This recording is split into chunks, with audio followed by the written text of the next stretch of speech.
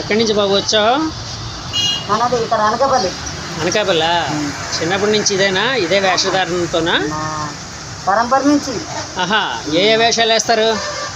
రాముడు, లక్ష్మణుడు, భరత, శత్రుఘ్న, సుందోప సుందరి, కృష్ణుడు, వాలి, కౌరవుల దాంట్లో నకుల, సహదేవ, ధర్మరాయ, భీమ, అర్జున, కౌరవులు పాండవులు యుద్ధము, రామాంజనేయ యుద్ధం, కృష్ణునిది మహాభారతం, అలాంటి ప్రోగ్రాంలను చేస్తూ ఉంటాం. ప్రోగ్రాంలు పిలుస్తూ ఉంటారా?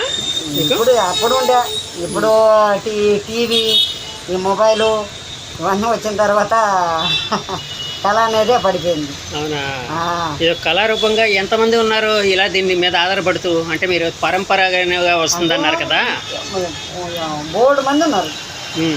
బోర్డు మంది అంటే కొంతమంది ఇప్పుడు వ్యాపారం చేసుకుంటున్నారు, కొంతమంది ఏదో సొంత చదువుకొని వాళ్ళు మాలాంటి వాళ్ళు మాత్రము అక్కడక్కడ ఇంకా ఏ పని చేయలేక ఇది మేము అలాగే మా తాత ఒక జ్ఞాపనం ఉండాల, జనము ఇంకా కళ ఉందని అని ఇలా వస్తుంటాం.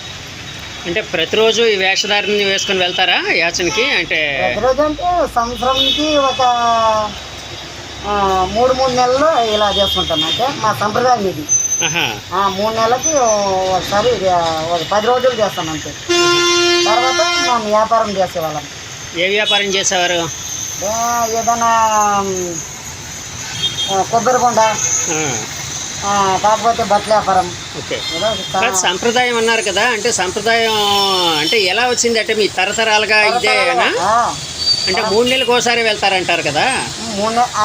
మా దాంట్లో మా తాత మా నాన్న వాళ్ళు ఎక్కడైనా ప్రోగ్రాలు వేసేవాళ్ళు రోజు.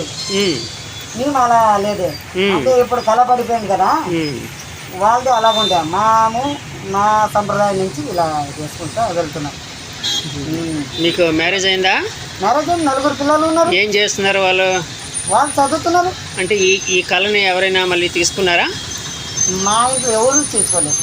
మా ఇంట్లో పిల్లలు అంతా బాగా చదువుతున్నారు.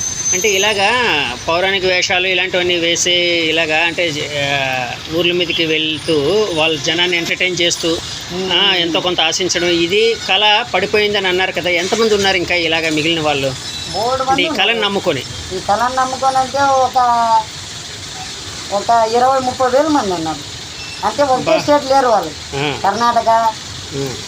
కర్ణాటకలో ఎక్కువ ఉండేది మా వాళ్ళంతా. ఇప్పుడు కర్ణాటక వెళ్ళిపోయారు.